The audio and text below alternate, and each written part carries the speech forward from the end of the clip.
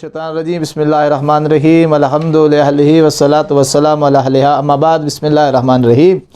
عزیزان محترم، قرآنی معلومات کے حوالے سے ہمارا سلسلہ چل رہا ہے۔ آج ہم جس موضوع پہ گفتگو کریں گے وہ ہے قرآن مجید میں مخلوقات کا ذکر۔ جیسا کہ قرآن مجید نے اس چیز کا دعویٰ اپنے اندر سمیٹ لیا کہ کوئی بھی خشک و تر نہیں جس کا ذکر قرآن مجید میں موجود نہ ہو۔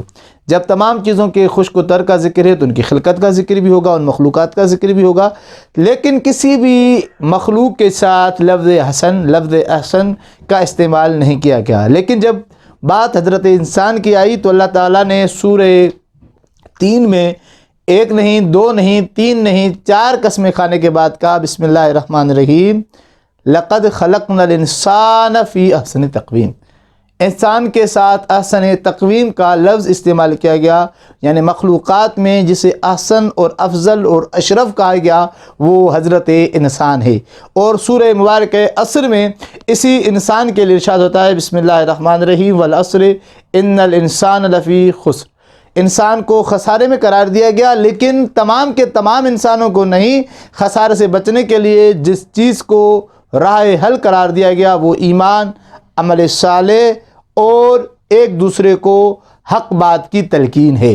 یعنی انسان اشرف مخلوقات ہے، اور اگر اپنے آپ کو اشرف المخلوقات کا تاج اپنے سر پہ سجا کے رکھنا چاہتا ہے تو اسے ایمان لانا چاہیے، عمل صالح کرنے چاہیے، اور ایک دوسرے کو حق بات اور صبر کی تلقین کرنی چاہیے، ورنہ یہ خسارے میں ہو جائے گا۔ اور اسی انسان کے لیے کہا گیا کہ انسان جب اپنے آپ کو اس اشرفیت سے گرا کر زمین تک پہنچتا ہے اور اپنے آپ کو اس حد تک گر جاتا ہے، کہا گیا یہ انسان جانوروں جیسے ہیں، بلکہ کہا گیا کہ یہ ان سے بھی ابتر ہیں، اور ان سے بچنے کے لیے جس چیز کا نام ہے وہ ایمان، عمل صالح، حق بات کی تلقین اور تعلیمات قرآن و اہل بیت ہیں۔ قرآن کے علاوہ دیگر اور مخلوقات کا بھی قرآن مجید میں ذکر کیا گیا، اور قرآن مجید میں جس چیز کا ذکر زیادہ کیا گیا انسان کے بعد وہ مخلوق ملائکہ ہیں۔ ملائکہ کا ذکر قرآن مجید میں تقریباً 37 مقامات پر کیا گیا، 37۔ یہ وہی ملائکہ ہیں جو اللہ کے حکم سے بارش برساتے ہیں، اللہ کے حکم کو زمین تک لے کے آتے ہیں۔ کبھی جناب مریم کو آ کر جناب عیسیٰ کی خوشخبری سناتے ہیں، کبھی جناب لوط کی قوم پر عذاب لے کے آتے ہیں، کبھی جناب ابراہیم کو بیٹے کی خوشخبری سنانے کے لیے آتے ہیں۔ یہی ملائکہ ہیں جو کبھی نبی مکرم کی مدد کے لیے جنگ میں بصورت علی ابن ابی طالب آتے ہیں، اور ہر دشمن یہ کہتا ہے علی میرے پیچھے تھے، علی میرے پیچھے تھے، حالانکہ ان کا پیچھا ملائکہ کے ذریعے سے کیا گیا، اور نبی کی نصرت کے لیے آنے والے فرشتوں نے اپنے آپ کو امیر المومنین علی ابن ابی طالب کی صورت میں اختیار کیا۔ اور یہی ملائکہ ہیں جو کرام الکاتبین قرار پائے، جو انسان کے اعمال کو لکھتے ہیں۔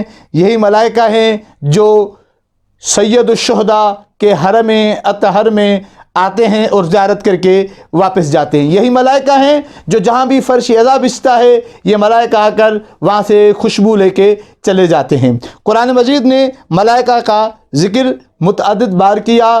قرآن مجید میں سورہ بقرہ سے لے کر تمام صورتوں میں، اکثر صورتوں میں ملائکہ کا ذکر مختلف مقامات پر کیا گیا۔ یہ اللہ تعالیٰ کی معصوم مخلوق انہیں قرار دیا گیا۔ اس کے بعد قرآن مجید میں جس مخلوق کا ذکر ہے وہ حور ہے۔ حور بھی خدا کی مخلوق ہے، جس کے لیے اللہ تعالیٰ نے اپنے ایمان والوں سے یہ وعدہ کیا کہ جب تم جنت میں آؤ گے حور تمہاری خدمت کے لیے حاضر ہوگی۔ حور کے علاوہ جس مخلوق کا قرآن مجید میں ذکر کیا گیا وہ غلمان ہیں، جو بھی جنت میں انسان کی اور مومنین کی خدمت کے لیے موجود ہوں گے۔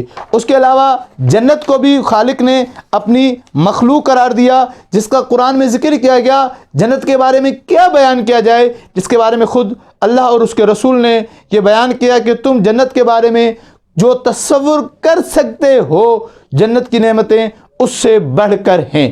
جنت کے بعد جس چیز کا ذکر قرآن مجید میں کیا گیا وہ جہنم ہے، جس کے لیے اللہ تعالیٰ نے کہا وہ جہنم جس کا ایندھن انسان اور پتھر قرار پائیں گے۔